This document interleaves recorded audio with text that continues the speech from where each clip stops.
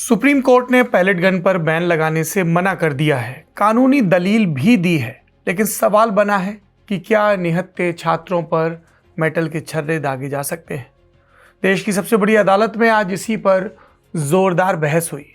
Ban लगाने की मांग करने वालों को दूसरा रास्ता भी सुझाया गया। केंद्र और दिल्ली की सरकारों को नोटिस भी जारी किए गए।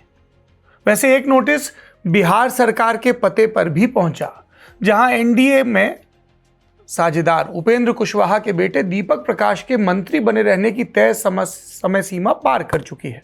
सुप्रीम कोर्ट ने इस पर तीखे सवाल पूछे हैं। इस वीडियो में हम इन्हीं मामलों के जरिए कानूनी दांवपेचों को समझेंगे।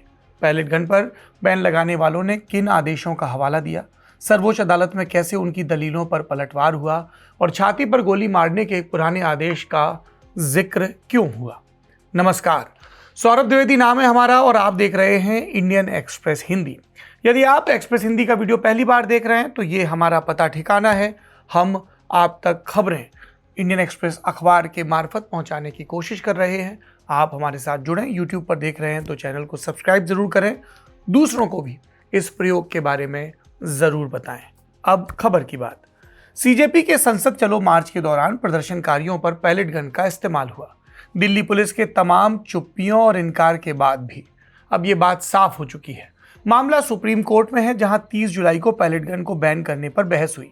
याचिका डाली आईबी यानी इंटेलिजेंस ब्यूरो के पूर्व स्पेशल डायरेक्टर यशोवर्धन आजाद और पैलेट गन से घायल हुए 2 पीड़ितों ने। इनमें से एक 19 साल के साहिल लोचब भी हैं, जो अपनी एक आंख की रोशनी वापस लाने की लड़ाई लड़ रहे हैं। याचिकाकर्ताओं की तरफ से पेश हुई जानी मानी वकील Vrinda Grover. Chief justice of India Suryakant और जस्टिस जॉय माल्या बागची की बेंच के सामने दलीलें रखी गई। उन्होंने कहा, पैलेट गन को जानलेवा हथियारों का लेस लीथल यानी कम घातक विकल्प कहा जाता है, लेकिन जब आप करीब से किसी भीड़ पर फायर करते हैं तो इसके मेटल छर्रे शरीर के नाजुक अंगों को नुकसान पहुंचाते हैं, जान भी जा सकती है। साहिल लोचब की आंख इसका जीता जागता सबूत है। वरिष्ठ अधिवक्ता ने इसके बाद एक टेक्निकल पॉइंट भी उठाया।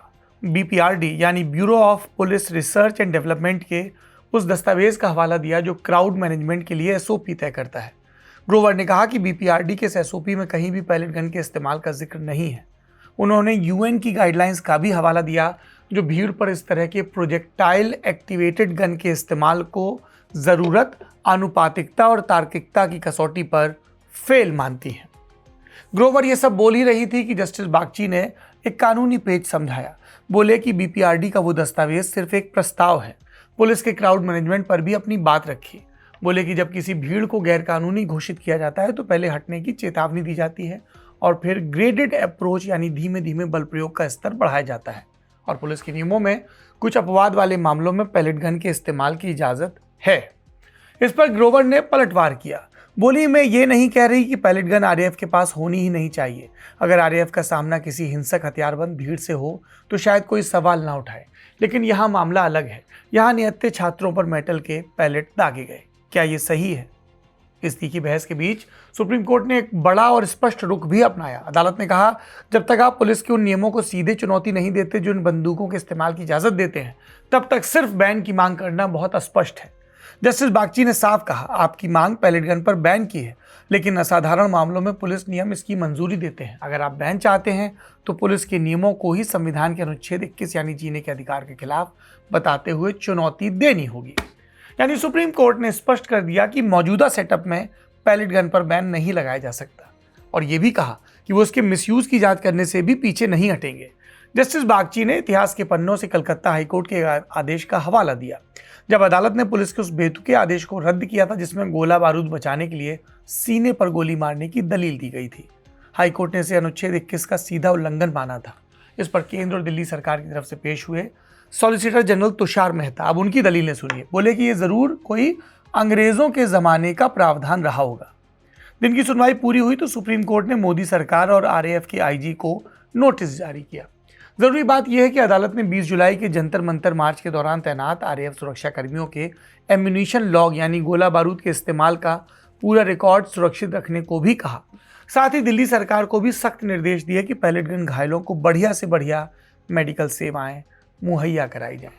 एक बात और, जस्टिस बागची ने कहा कि अदालत शांतिपूर्ण आंदोलन के अधिकार से पूरी तरह सहमत है, लेकिन कई बार ऐसे आंदोलनों को कुछ असामाजिक तत्व हाईजैक कर लेते हैं।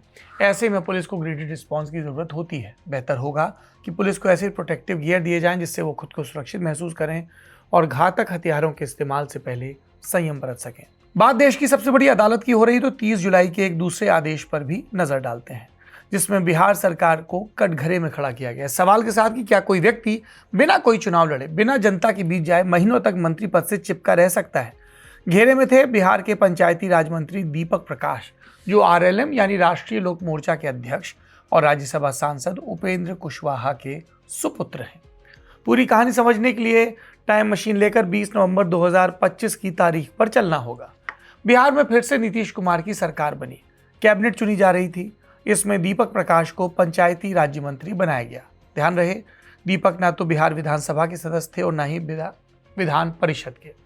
ध्यान इसलिए दिलाया क्योंकि हमारे संविधान का अनुच्छेद 164(4) साफ शब्दों में एक जरूरी बात कहता है कि कोई भी गैर विधायक 6 महीने तक ही मंत्री रह सकता है। 6 महीने के भीतर उसे चुनाव जीतकर सदन का सदस्य बनना होगा, वरना कुर्सी चली जाएगी। इस हिसाब से दीपक प्रकाश को मिली इम्यूनिटी 20 मई 2026 को खत्म होनी थी। इस बीच बिहार के सियासी रंगमंच पर कुछ और बदलाव हुए। नीतीश कुमार मुख्यमंत्री के पद से हटे और बीजेपी के सम्राट चौधरी नए मुख्यमंत्री बने। सम्राट चौधरी ने 7 मई को नए सिरे से सरकार का गठन किया। दीपक प्रकाश को एक बार फिर से पंचायती राज्य मंत्री की शपथ दिलाई गई। यानी जो व्यक्ति पिछले लगभग 6 महीने से बिना चुनाव जीते मंत्री था, उसका मीटर नई सरकार के बहाने फिर से जीरो से शुरू कर दिया गया। इसी सियासी जुगाड़ को राकेश कुमार सिंह नाम के याचिकाकर्ता ने सुप्रीम कोर्ट में चुनौती दी। 30 जुलाई को जब सीजीआई सूर्यकांत के नेतृत्व वाली 3 जजों की बेंच सुनवाई के लिए बैठी तो बिहार सरकार के वकील बैकफुट पर नजर आए। सीजीआई सूर्यकांत ने बिहार सरकार से सीधा सवाल पूछा, आप किसी ऐसे व्यक्ति को 6 महीने से ज्यादा समय तक मंत्री कैसे बनाए रख सकते हैं जो चुना ही नहीं गया। इधर याचिकाकर्ता के वकील ने डबल डाउन किया, आरोप लगाया कि बिहार सरकार जानबूझकर इस मामले को लटका रही है। 15 जुलाई को जब इस मामले की सुनवाई हुई थी तब बिहार सरकार ने एफिडेविट दाखिल करने के लिए टाइम मांगा था, लेकिन अभी तक कुछ भी दाखिल नहीं किया गया। 7 महीने और 22 दिन बीत चुके हैं। दीपक प्रकाश का सरकार में रोजगार अभी भी बना हुआ है। इस पर सीजीआई बोले कि एफिडेविट दाखिल हो या ना हो, अदालत अब एक भी दिन एक्स्ट्रा नहीं देगी और ये कहकर मामले की अगली सुनवाई 4 अगस्त तय कर दी गई।